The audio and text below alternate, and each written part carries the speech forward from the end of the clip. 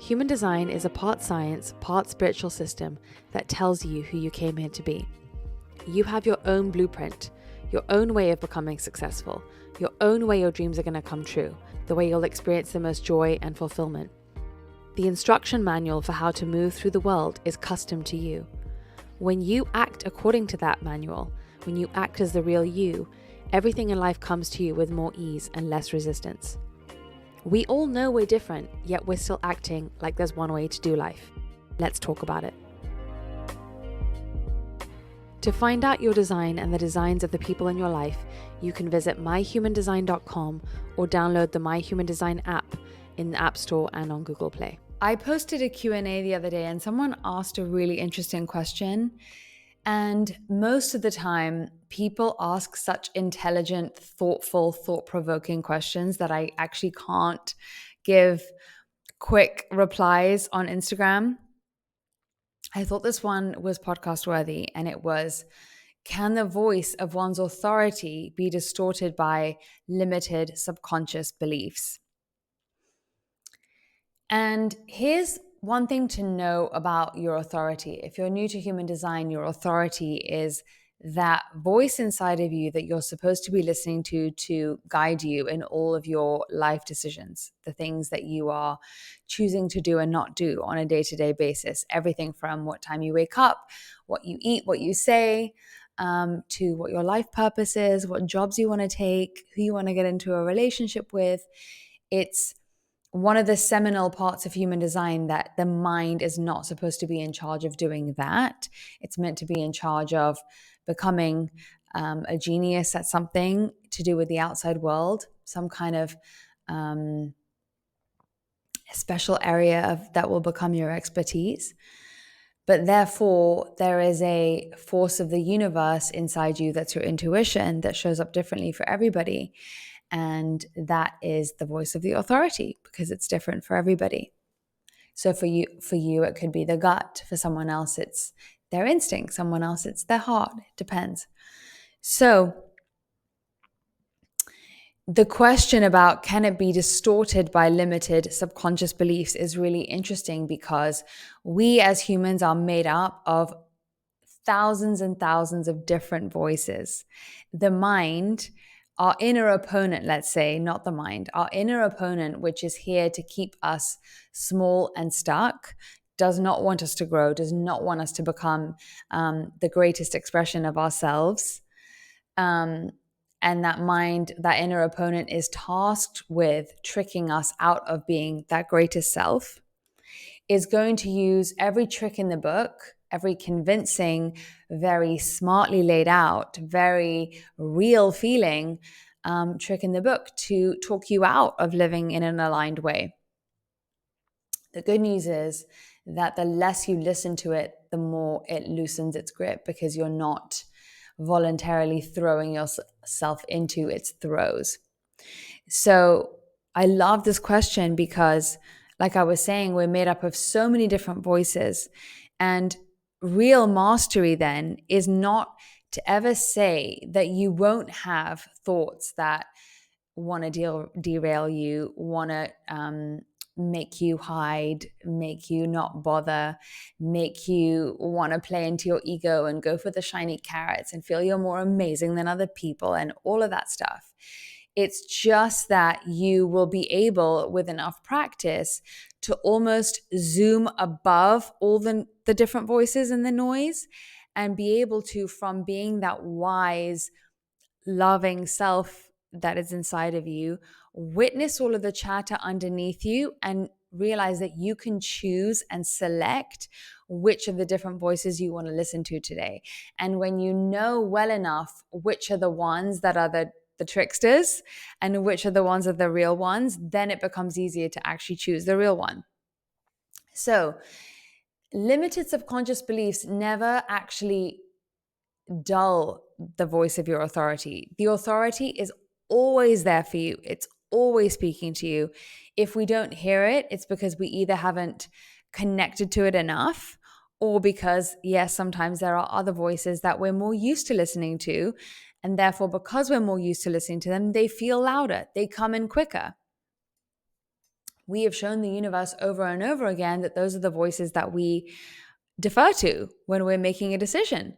So they're the ones that come up more voluntarily. It's like we flex that muscle way more than we have the ones of our authority. But I really want people to understand this, that the authority is never not speaking to you. And one of the biggest tricks that makes it hard to listen to the authority is that the authority, unlike the inner opponent, unlike that conditioned mind, which is so trickstery and clever and has all the different sort of back roads that it can take, what's so irritating about the authority is it's so freaking simple. It is so freaking direct.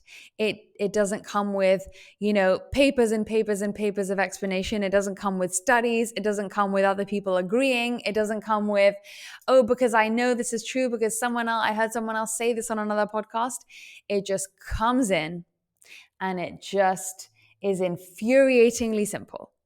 And because it's infuriatingly simple and because we are addicted to the complication and the justification and spending all of our time doing all that umming and ahhing and riffing and raffing and toing and froing, and we're almost afraid to have free time from not doing that because we are so in the throes of a mental addiction, that's one of the reasons why the authority is so hard to listen to. The other thing about the authority is, like I was saying, we don't always hear it. And that's because if you've been told over and over again, listen to your intuition, but you never really know how yours is supposed to feel, it's going to be really hard to spot it. Everyone talks about listen to your intuition. I remember when I first came across spiritual information and people would say, listen to your gut. I kind of mentally understood what that was, but I never felt gut in my body. Like I just couldn't feel that. And I always thought there was something wrong with me until I learned about human design and until I learned that I don't have a defined sacral. I don't have a defined gut because I'm a projector. Therefore, it just gave me that licensing to be like, oh, I'm not recognizing my intuition because I'm looking for it to come through for me in this way, but mine actually comes through me in such a different way. Once you start knowing what it looks like, awareness is 90% of the work. So that's already much, much easier. And then listening to it is the second part. And listening to your authority is hands down the number one thing you can do to change your life in more mystical ways than you can ever imagine. Some things have happened to me this summer that have just been I couldn't have designed better things to have come into my life if I tried with all of my mind's might. But somehow they came, and they came without me having to try 20 other things and to mastermind it from coming in and doing the non-projector thing, which is reaching out to 100 people to find the right thing and whatever. And it has all come from what happens when you listen to your authority is you call so much energy back to yourself, because what your authority will do is it will free up so much time, so much effort, and so many wrong decisions that you don't have to then spend going back over and looping back and having to redo. And I was talking to my brother about this yesterday, that the hardest thing for us as human beings to do is to not busy ourselves with this sabotaging idea that we have to constantly be thinking and thinking and thinking. And he said to me, what do I do if I don't think? I say, if you're not actively thinking, you have this ability to have thoughts come to you that are from a higher place. And what about you get to be at peace? What about you get to be in that vibration where you're so aligned that the universe can now put you in right times and right places and right things because you're not busy. If you're busy all the time mentally, the universe can't knock on your door. It just can't. And we are so afraid that if we stop for 2 minutes, we'll be lazy forever. Like, oh, if I don't do something for 5 minutes, then what if it's the same as like when people are afraid to indulge in something that they really want. They think if I have one bite, then I'll go off the rails and I'll be off the rails forever. And then I'll be 300 pounds and I'll be, whatever. It's the same thing. We worry about our laziness. Like we think if we just sit in the seat of our power and say no to something for once, if we don't force ourselves to do the thing just because we wouldn't have anything to do else with that time, oh my God, what that means, we're going to just be left behind in life. And nothing could be further from the truth, because you know what will happen? You will know so much more the difference between the actions that you will want to take, the things you will want to participate in. You will know the difference between a no that your authority is telling you that you're talking yourself into versus a real yes. Last summer was a real initiation for me in listening to my authority, because I'm emotional authority, and I mentally talked myself into doing things that were completely from the need to belong, to seem like I was looking after people, to seem like I was as excited to do certain things that I wasn't that excited to do. And I caught myself getting closer and closer to these things that I'd committed to. And again, observing myself from on high, watching myself wanting to get out of it. And I thought to myself, look how much time and money you've wasted by saying yes to these things, by buying the ticket or by organizing the thing or whatever. And now you've wasted it. And why you keep doing this to yourself? There must be a reason why, from a true place, if you don't want to do these things, it's calling you to accept that you're just a different kind of person than what your persona is telling you should be. And I just got to the place, and I think this is where a lot of us are right now, where it's just costing us too damn much to keep on not listening to ourselves. And we are feeling the cost because life is showing us the cost more obviously. So we're at this crux point now where we're like, oh, where before I kind of thought I could get away with it, it's crunch time now. And I keep talking about this in the new paradigm workshops on the app, but I really think it's so important to drum in that I want all of us to start getting aligned in this way and practicing it now, because things are going to get so much faster and we're going to feel the effects of every action we take so much quicker than we ever have before soon, that I want us to get like samurai level at it now, so that we can not only handle the energy when it comes, but also like master it and use it for the good. So if you're listening to this, you know, you are part of the people who are tasked with going first. And it is an ego death to listen to your authority sometimes, because it will be disappointing people. It will give you the fear that you don't belong. It will give you the fear that you're letting people down. It will give you the fear that maybe you're just not that kind of person who has certain preferences that you told yourself you had to please your parents, to please your husband, to please your wife, to please yourself and your idea of yourself. You know, that self-stroking ego's idea that we're constantly just feeding, because that's the beast that's always asking us to be fed, is like, let me show me that I'm the me that I like being, you know. And it's just this constant feed that we're controlled by. And the authority doesn't have an agenda about who you have to be, because you are wonderful already. That's a guarantee. You are made of light. Why don't we give ourselves the chance to discover and to learn to love the real light that we are, for whatever it is, and actually see that all the things we might be afraid to be and say and do could actually be beautiful in us, and we could do them in ways that are high consciousness, and we could do them in ways that are kind. We can say no with human dignity for other people. We can give ourselves grace along the way. We can face those ego deaths that we're going through and still be so kind to ourselves and still have so much compassion about why we thought we needed to do those things. And on the other side of that really truly is not only freedom, but learning to like what really comes out of you just naturally, without having to control what comes out of you.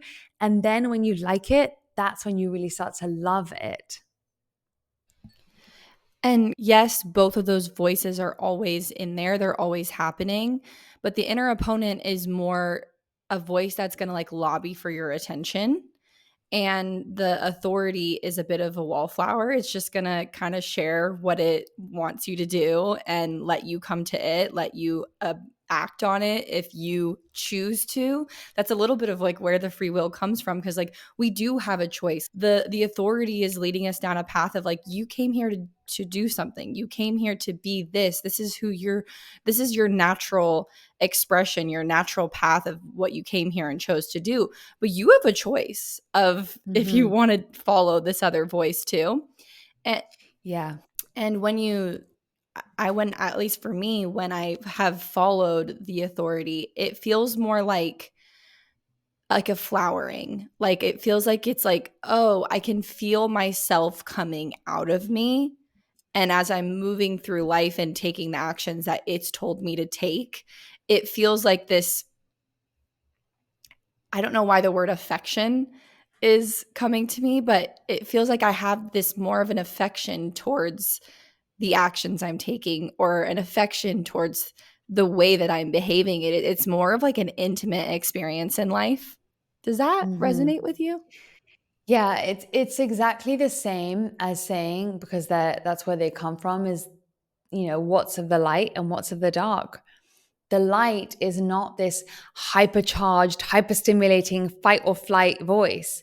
It's the calm, grounded, loving, ever present thing. And sometimes, because of our mental addiction, we go towards what sometimes feels exciting, but it's coming from that sort of lack place.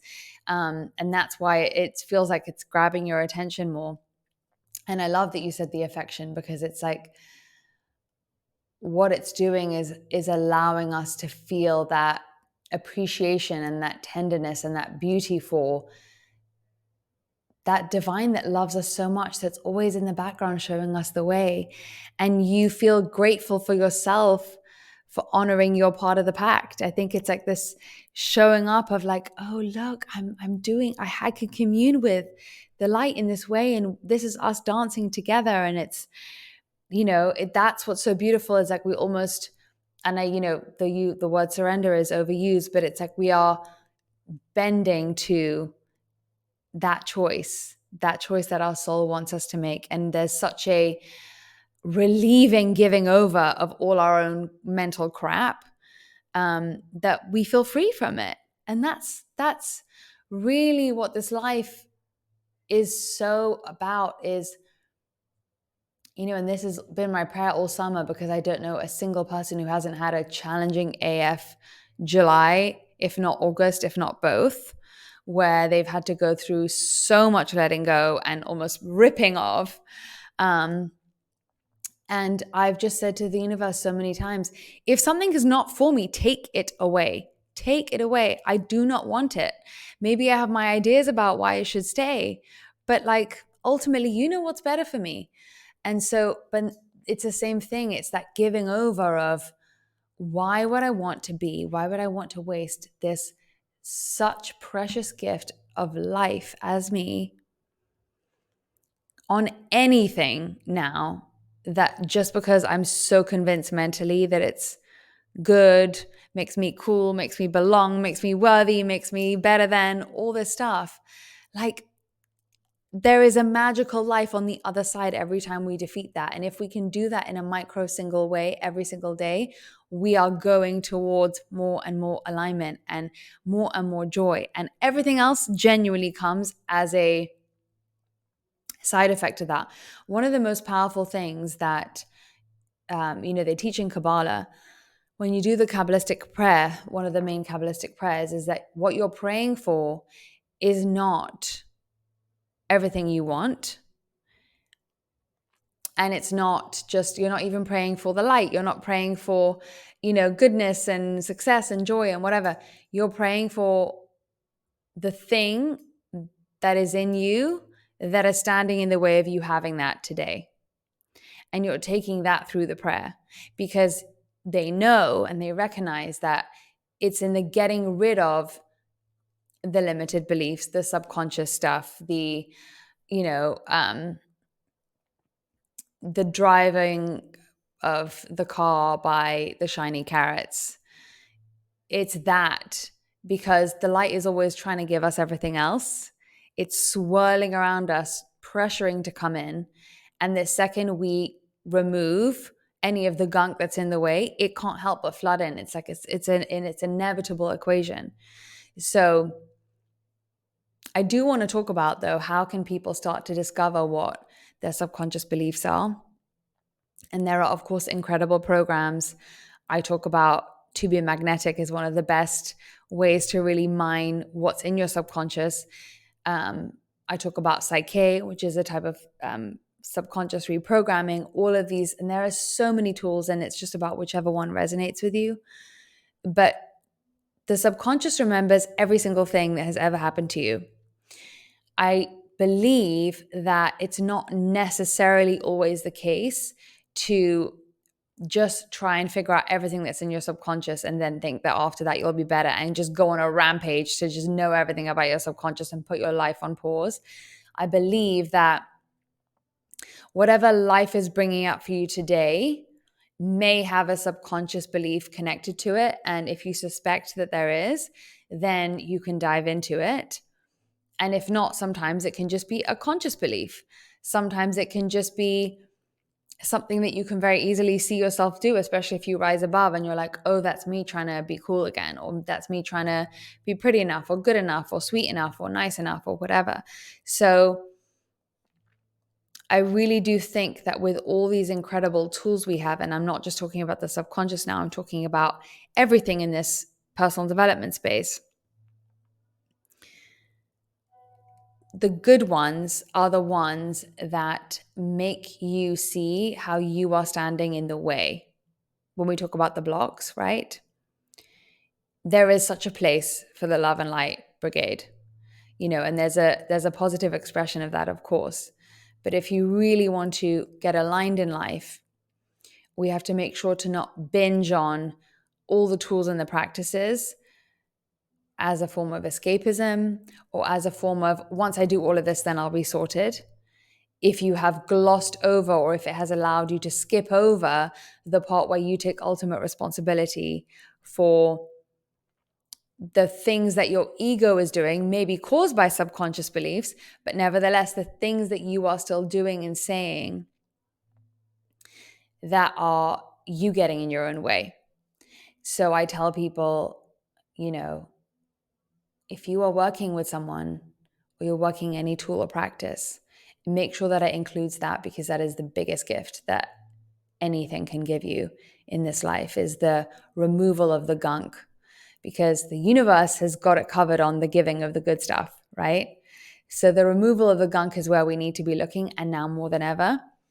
And not with blame for other people, not for overly getting into the stories of the narratives of what happened to you, because they're, not seeing ourselves as victims, but just saying, oh, I'm doing this because I want to belong.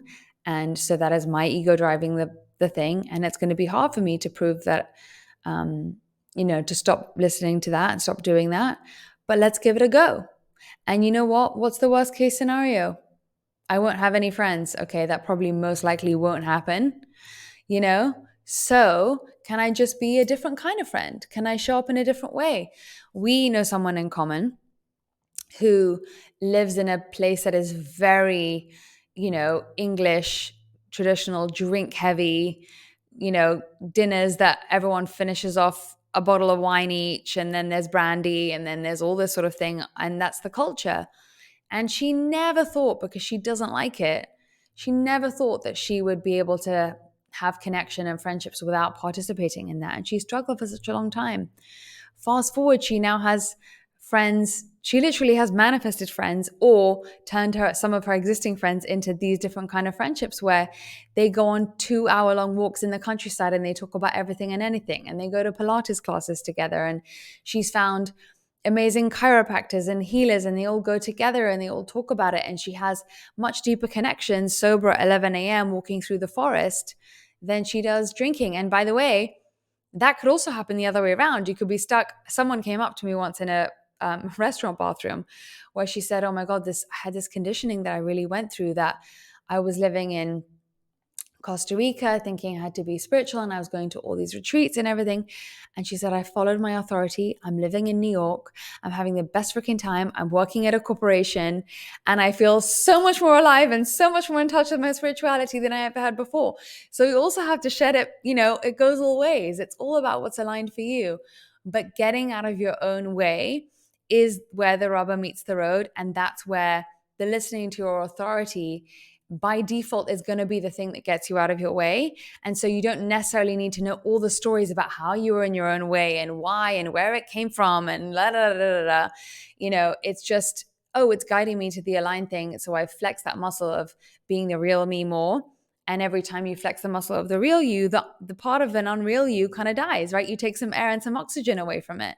So there's a balance there. And sometimes we do want to know where things come from. It gives us more self-awareness. But it's like you have to be your own energy reader and kind of know when you're doing it to like satisfy the mind again, when you're doing it out of an addiction, to tell yourself all these stories of why you're limited, why you're still dealing with what you're dealing with, instead of saying, oh, I could make an aligned choice for me right now. Anyone can do that. It's not because I'm special. It's because that's what's available to all humans at all times. So make yourself proud every day, guys. That's the main remit for now. I'm glad you brought it back to that too, because I was going to say that subconscious, correct me if I'm wrong, that voice isn't going to go away. That voice that person at the beginning was asking about, it just could potentially get quieter or less aggressive or less scary, right? It's always going to kind of be there. And one of my favorite things that I've learned with you and kind of reprogram or understanding that I don't have to be ruled by those subconscious ego inner opponent voices is that in the moment when that voice comes up, I've learned in practice and trust that authority voice is always going to be there. So whenever I'm in that spiral, I just sort of look for that authority voice for me and I just step with it. And it's kind of like all this mess is just happening around me. And sometimes for me, it doesn't work to go figure out where those voices are coming from. That's never worked for me. This has been the process that has made the biggest difference for me, is to just step through it and just listen and be so trusting of it. And I think it is because I've developed such a trust in that voice that is kind of like my friend at this point. That's the friend that I go to for advice. It's just not, I don't go to the friend over here for advice, the one that's spiraling.